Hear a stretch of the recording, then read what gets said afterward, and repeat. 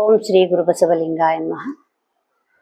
ವಿಶ್ವಗುರು ಮಂತ್ರಪುರುಷ ಬಸವಣ್ಣನವರನ್ನೇ ಮನದಲ್ಲಿ ಸ್ಮರಿಸುತ್ತಾ, ಸೃಷ್ಟಿಕರ್ತ ಲಿಂಗ ದೇವನನ್ನು ಮನದಲ್ಲಿ ನೆನೆಯುತ್ತಾ, ವಿಶ್ವದ ಪ್ರಪ್ರಥಮ ಬಸವ ಧರ್ಮ ಪೀಠದ ಲಿಂಗಕ್ಕೆ ಲಿಂಗಾನಂದ ಮಹಾಜಗದ್ಗುರು ನೆನೆಯುತ್ತಾ, ವಿಶ್ವದ ಪ್ರಪ್ರಥಮ ಮಹಿಳಾ ಮಹಾಜಗದ್ಗುರು ಪರಮ ಪೂಜ್ಯ ಡಾಕ್ಟರ್ ಮಾತಾಜಿಯವರನ್ನು ಸ್ಮರಿಸುತ್ತಾ, ಪೂಜ್ಯ ಗಂಗಾ ಮಾತಾಜಿಯವರು ಶರಣನ್ನು ಸಲ್ಲಿಸುತ್ತಾ, ಈಗ ಎಲ್ಲರೂ ಇಲ್ಲಿ ವೀಕ್ಷಿಸುವಂತಹ ಎಲ್ಲ ಶರಣ ತಂದೆ ತಾಯಂದ್ರೆ ತಮ್ಮೆಲ್ಲರಿಗೂ ನನ್ನ ಪೂರ್ವಕ ಶರಣಾರ್ಥಿಗಳು.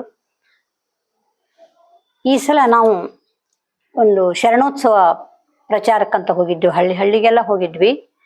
ಆ ಹೋದಂಥ ಸಮಯದಲ್ಲಿ ಕೆಲವೊಂದು ಹಳ್ಳಿಯೊಳಗೆ ಹುಡುಗರೆಲ್ಲ ಓಡಾಡ್ತಾ ಇದ್ದು ಸುಮ್ಮನೆ. ಆ ಖಾಲಿ ಪಿಲ್ಲಿ ಓಡಾಡ್ತಾ ಇರುವಂತ ಹುಡುಗರನ್ನ ಕೇಳಿ ನಾವು ಅವ್ರ ಮನೆಯೊಳಗೆಲ್ಲ ಕೇಳಿದ್ವಿ, ಇವ್ರಿಗೆಲ್ಲ ಒಂದು ಶಿಬಿರ ಮಾಡ್ಬೇಕಂತ ನಮ್ಗೆ ಆಸೆ ಇದೆ, ನೀವು ಕಳಿಸ್ತೀರಾ ಹುಡುಗರ್ನ ಅಂತ ಕೇಳಿದಾಗ, ಆಗ್ಲಿ ನಾವು ಕಳಿಸ್ತೀವಿ ಅಂತ ಅವ್ರು ಹೇಳಿದ್ರು. ನಾವು ಅದೇ ಒಂದು ನಮ್ಮ ಕಾರ್ಯಕ್ರಮದಲ್ಲಿ ಭಾಗಿಯಾದ್ವಿ. ಅದರೊಳಗೆ ನಾವು ನಿರತರಾದಾಗ ನಾವು ಅದನ್ನ ಗಮನಿಸ್ಲಿಲ್ಲ. ಅವಾಗ ಮಾಡ್ಬೇಕಂತಿತ್ತು, ಮಾಡಕ್ಕಾಗ್ಲಿಲ್ಲ.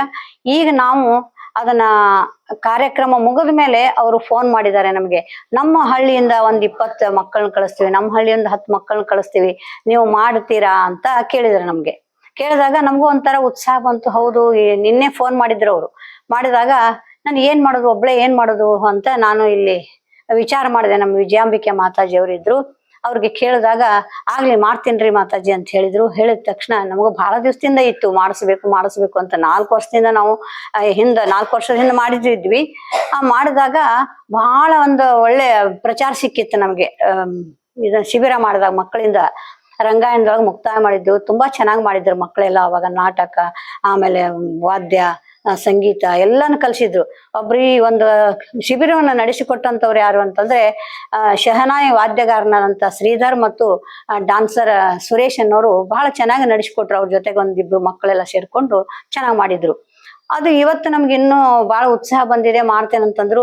ನಮ್ಮಲ್ಲಿ ಇವರು ಪ್ರಭುಲಿಂಗ ಸ್ವಾಮೀಜಿ ಅಂತಿದ್ದಾರೆ, ಅವರು ಎಲ್ಲ ಮಾಡ್ಕೊಂಡು ನಾನು ಕೂಡ ಸಹಕಾರ ಮಾಡ್ತೀನಿ ಅಂತ ಹೇಳಿದ್ರು.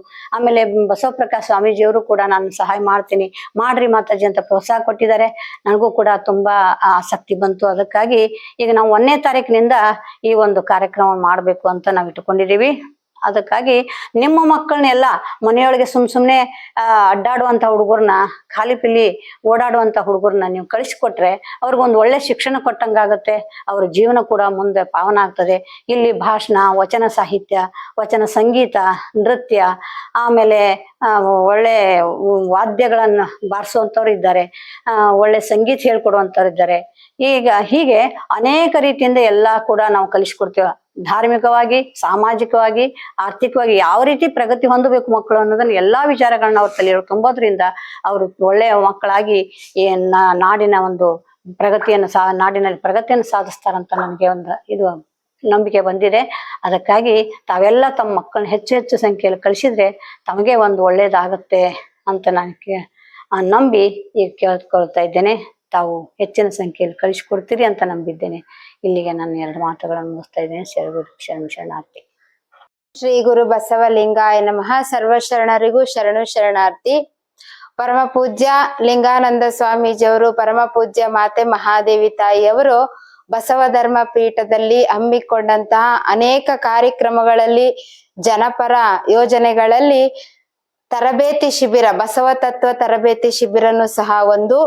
ಎಲ್ಲಾ ಮಠಗಳಲ್ಲಿ ನಡೆಯುವಂತ ಈ ಬಸವ ತತ್ವ ತರಬೇತಿ ಶಿಬಿರ ಈ ವರ್ಷ ವಿಶೇಷವಾಗಿ ಧಾರವಾಡ ಜಗನ್ಮಾತಾ ಅಕ್ಕ ಮಹಾದೇವಿ ಅನುಭವ ಪೀಠದಲ್ಲಿ ಮೇ 1ನೇ ತಾರೀಕಿಂದ 10 ದಿವಸಗಳ ಕಾಲ ನಿರಂತರವಾಗಿ ನಾವು ಜಾತಿ, ಮತ, ಪಂಥ ಭೇದ ಭಾವ ಇಲ್ಲದೆ 1ನೇ ತರಗತಿಯಿಂದ ಹಿಡಿದು PUC ವರೆಗಿನ ಎಲ್ಲಾ ಮಕ್ಕಳಿಗೂ ಬಸವ ಧರ್ಮ ಸಂಸ್ಕಾರಗಳು, ಯೋಗ, ಆರೋಗ್ಯ, ಎಲ್ಲ ರೀತಿಯ ಧಾರ್ಮಿಕ ಮತ್ತು ಆಧ್ಯಾತ್ಮಿಕ ಮತ್ತು ಆರೋಗ್ಯವಾದಂತಹ ಒಂದು ವಾತಾವರಣವನ್ನ ನಿರ್ಮಾಣ ಮಾಡಿ ಇಲ್ಲಿ ಶಿಬಿರವನ್ನ ಪ್ರಾರಂಭಗೊಳಿಸ್ತಾ ಇದ್ದೇವೆ.